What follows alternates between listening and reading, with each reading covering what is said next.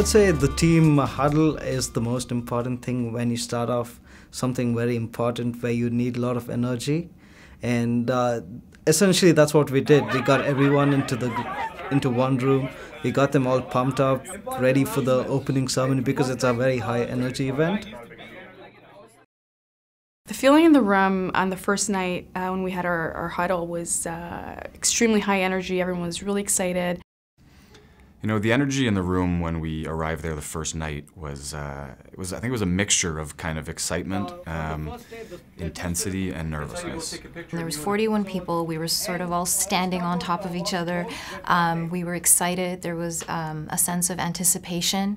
A lot of people were there for the first time, but we'd heard stories from members that had gone to the MBA Games last year. So we were just really, really excited about what was to come. There was a feeling of unity, also a sense of just spirit.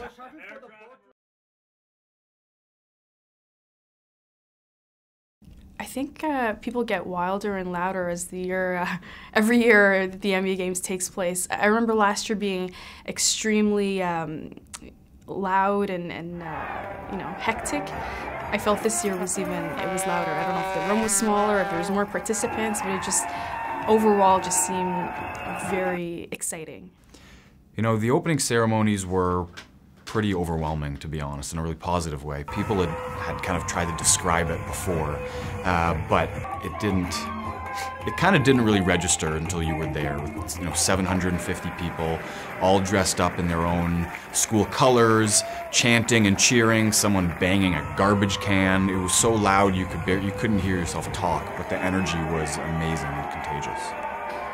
So the experience walking into the opening ceremonies was undescribable. We were all walking in unison, and it felt like we were about to walk into a boxing rink. Everybody was chanting, and the other teams that were participating were actually stopped and was staring at this big sort of wave of green walking towards the stage. So it was just really, really exciting. We had a megaphone, and when we brought it in, it was doing a good job of us communicating our pride for our school, but it got so loud in there that you weren't able to hear anything coming out of the megaphone because it was just noise no matter what you tried to say. And it was just a rush of emotion because so much pride, and we were in our sea of green, but a lot of schools brought their passion, their school colors, their school pride as well. And it was one of those like healthy competition things that just, as you heard someone else get louder, you got louder, and it just kept feeding back and forth, and it was a frenzy, and it was just the start to the weekend.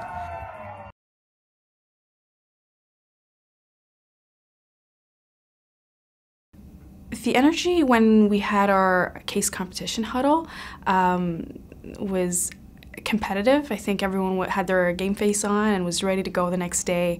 I feel we were a lot more prepared this year with our slide decks, having worked in the case teams together over the course of the semester. I think we were all sort of comfortable working with each other. So that first night, just getting together and that pep talk with Coach Joe Fate was really, really good.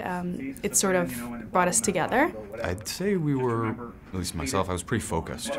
I was trying to, obviously listen intently on the advice that Coach Fate was given, and think about my previous experiences in practice and trying to kind of integrate that and remind myself of the key things I would need to focus on, going into the next day. And at the same time, knowing that I wanted to get to bed at a decent time that night and actually try not to think that much, so I could just kind of try and relax and go into the competition, feeling good. There was an expectation. There was a little bit of pressure for sure. Two of the teams had already made it to the finals, so the finance and I believe the sustainability teams were feeling the pressure to also not disappoint.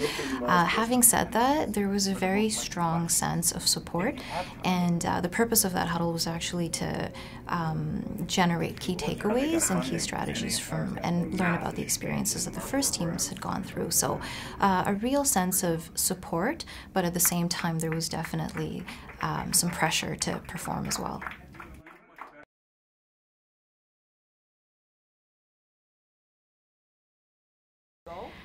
The fact that we were doing the case competitions at Schulich, I feel we were more at ease than maybe some of the other teams because we were familiar with the surroundings and familiar with some of the organizing committee. But in terms of, as a team, we were, I think, very anxious, nervous about what to expect. You know, despite having practiced over the course of the semester together, I feel we were just nervous is the best way to describe it, because there's also the pressure of, you know, trying to make it to the finals and winning. So the morning, you know, we arrive at Schulich for the briefing of the case. The room was, I'd say, intense. You know, you have a lot of people there who are all really focused, trying to suss out the competition and, you know, obviously just based on physical looks, trying to figure out, you know, whether they're going to be able to go toe-to-toe with you or not, and vice versa. And then, you know, through the briefing, they started giving us details, and they actually changed some of the things, such as the time we would have for the case. So that kind of threw us a little bit. It was only about a 15-minute difference, but at the same time, that makes a huge difference when you're trying to prepare a case.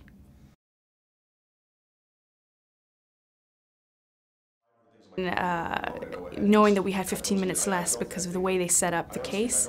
So we were used to using the entire 4 hours, but we knew we had only, you know, the 3 hours, 45 minutes.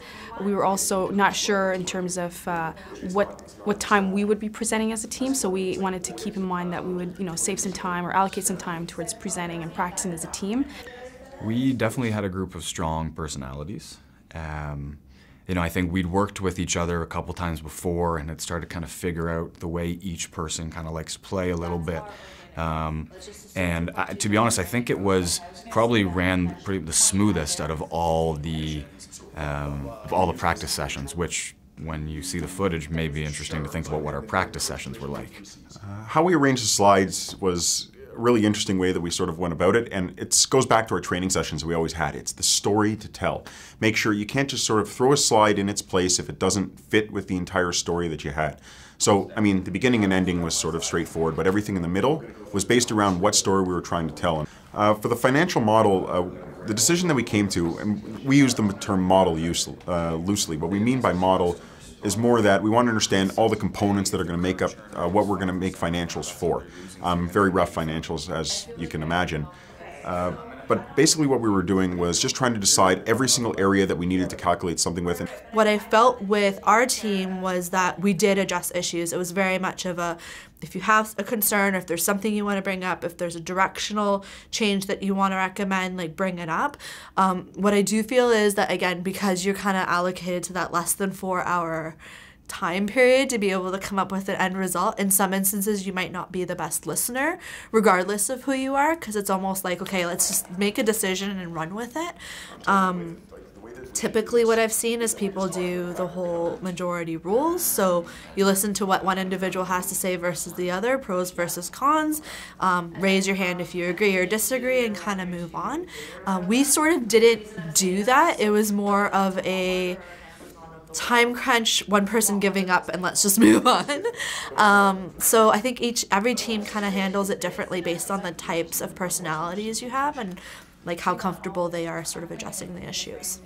What happened, the confusion that we had was, and it was my fault completely, we had so many different pieces transferring from person to person within the room, and when I finally had the last piece compiled, we saved it, I saved it incredibly quickly on the USB, and all the pieces were transferred onto the USB. So at the last second, we pulled the USB out and ran it down to the room, but that was our only copy. Our copy was on the USB, so we go to hand it in, we have 45 minutes in order to present, and by the end of it, we realized we go back to the computer and none of us have a copy of what we were about to present, so we had to go back and try to get just a copy, and there was a little misunderstanding there, but luckily we got it and had a little time to present. Okay, so when Mark and Zach came back from, you know, handing in the deck to the coordinators, I think Ruku and I had gone to the bathroom because we just kind of needed a break. And when we got back, they were sitting on the couches, nice and relaxed, and we were like, okay, thank God. Like that basically cued to us that it was delivered. There was no issues. We made it on time. We're still viable as far as competing. So it was a huge sense of relief once we sort of handed in the final product.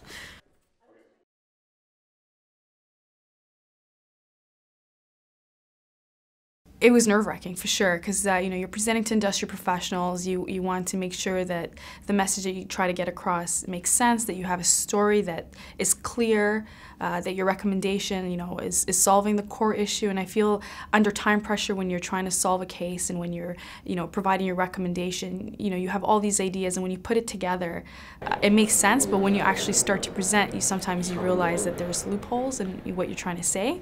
So it's important that we got to practice at least once as a team, and then we had to, because we were so tight on time, we actually had to run to present, and we made it just in time. I think they were looking for us there, so we were right on time, and you know, it was nerve-wracking for sure. It does feel different once you're actually in a real live case. You can't, as much as even you try within practice to kind of replicate that type of environment and the intensity, I don't really think it's possible. It's truly a really focused mindset that you have to have, and the pressure, yeah, you feel it. You definitely feel it. We obviously practiced once or twice before going in, but you don't know if you're going to really deliver it the way you want to. And I kind of like a little bit of those nerves and that doubt. I like the pressure, and I like public speaking and being in front of people. So it was more excitement to really be there.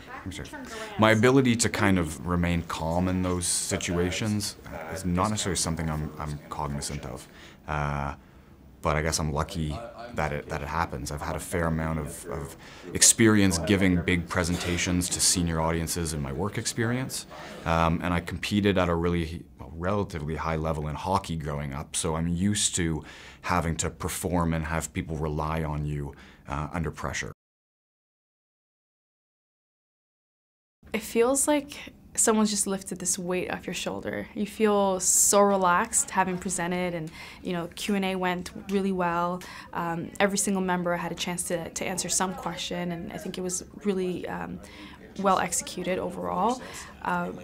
So yes, it definitely feels nice to be done, and we were really excited because we feel like we nailed it. I think we felt really satisfied. You know, we obviously had worked pretty hard under intense pressure and time frames, and I think, you know, the presentation we felt just went really, really well. Everybody spoke strongly, you know, delivered their part. I think we handled the question and answers, which are usually the toughest part of the presentation, and we handled those quite well. So yeah, I think it was just satisfaction, kind of confidence that we had done, you know, the best job that we could have done. I don't like it at all. I do not like having to wait for the results. It's nerve-wracking, and even if you know that you did, you know, the best job you could have possibly done, you may feel confident about the presentation that you gave. It's kind of, in a way, in these case competitions, it doesn't matter, because it can be quite subjective, and you know, they may not have liked the way you said one word or the color of your tie, and that can be the determining factor whether you go on to the next round. You know, when we found out that we made it to the finals, when they said our team name, it was a mixture of relief and excitement. You know, relief because the question had been kind of finally answered, and excited at what was going to come up and the opportunity to really have a go again with you know, a different panel, and knowing that we were competing for a chance to be #1. There's a lot of things happening on the field and off the field as well. So we very consciously made a decision that what happens on the field, we're not going to carry that off the field, right? So on the field, we were very charged. We wanted to score. We were a bit more aggressive and things like that. But when you walk off the field, you're, again, good friends with everyone, so you wish them best of luck and things like that. If I have to give one word about my teammates, I'd say brilliant. Everyone put in their efforts. Yes, it was hard considering that you have like a lot of courses going on in Schulich, you have your family and things like that, but the commitment was top notch. So we used to have practice sessions every weekend, and everyone showed up, whether it was snowing, raining, so you could see that level of commitment. CK was our captain, and I think a lot of our direction sort of came from him, but a lot of it also came from Puya, who was more of our tactical captain. and a lot of the huddles we're trying to figure out, okay, who's gonna start, what kind of strategy are we gonna play, what kind of formations are we gonna play, and there's also a lot of input from other people on the team. I feel like I was in a position where I was kind of the spirit a bit, and for a couple of the huddles, actually the first game we tried it, we actually took my shiny head and everyone just rubbed it, and we won that game 3-0. So we thought we were onto something. I feel like it was energy, it was passion, but at the same time it was a lot of camaraderie as well. And whether it's discussing tactics, whether it's discussing who's marking who, or just the formation they were playing, you never lost the sense that it was about team unity and the idea that we're all striving for one goal. So a lot of that passion carried through on the field as well. So the closing ceremonies, last year as well as this year, is my favorite part of the MBA Games. It was, I was hoping that we would place this year. Similar to waiting in the auditorium after round one, there was a definite kind of nervousness waiting for the top 3 players to be announced. We really wanted to be number 1. We're competitive people. I'm very competitive, and it's nice to know that you're in top 5, but second place is first loser, is one way to look at it. So you want to make sure you're number 1, and then it just goes up on a PowerPoint screen, and that's, we came in second. We felt really good about it. Obviously, it's a great accomplishment, but I would have rather to be number 1.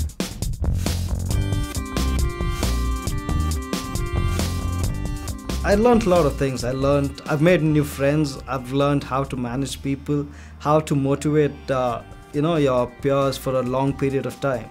It's not that you motivate them for 3 days. This is, we got the team up. We had like a timeline of about 2 months, 2.5 months. So you have to keep everyone engaged and motivated for 2.5 months. So these are the few skills I've learned, along with you learn to manage people, you learn to manage expectations from all different stakeholders. So yeah, it's a very practical learning experience for me, and I think I'm going to treasure this for a really long time. The MBA Games for me was exhilarating,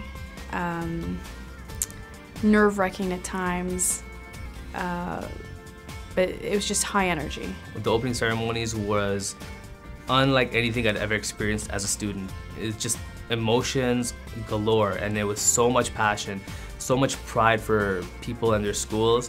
The idea of competing against 22 different schools is intimidating for sure, but it was also a huge opportunity to experience growth. If you're talking about the MBA Games as an experience overall, not even just the case comps, everything, it was fantastic.